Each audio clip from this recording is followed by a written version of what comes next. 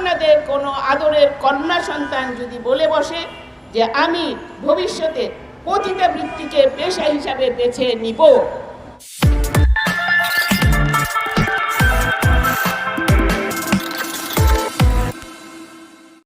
যদি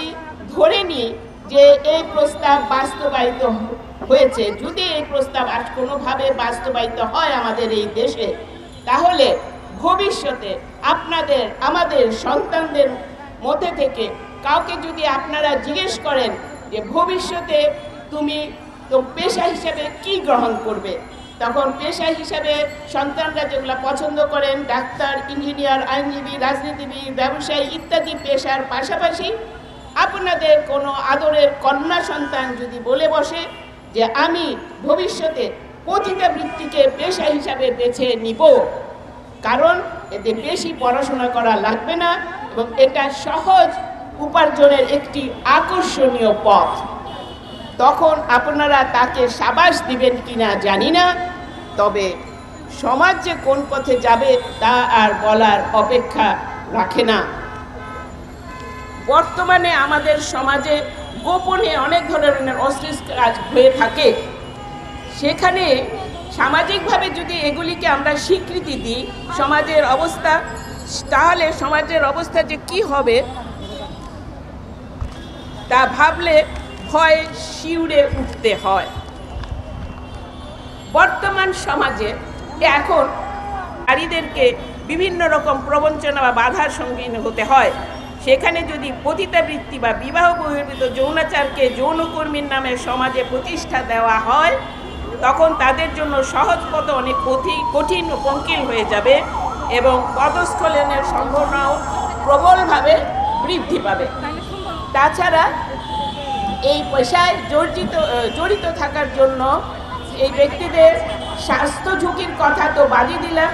যে কিনা বিবাহ বহির্ভূত যৌনাচার উৎসাহিত করার ফলে সমাজে বৃদ্ধি পেয়ে থাকবে।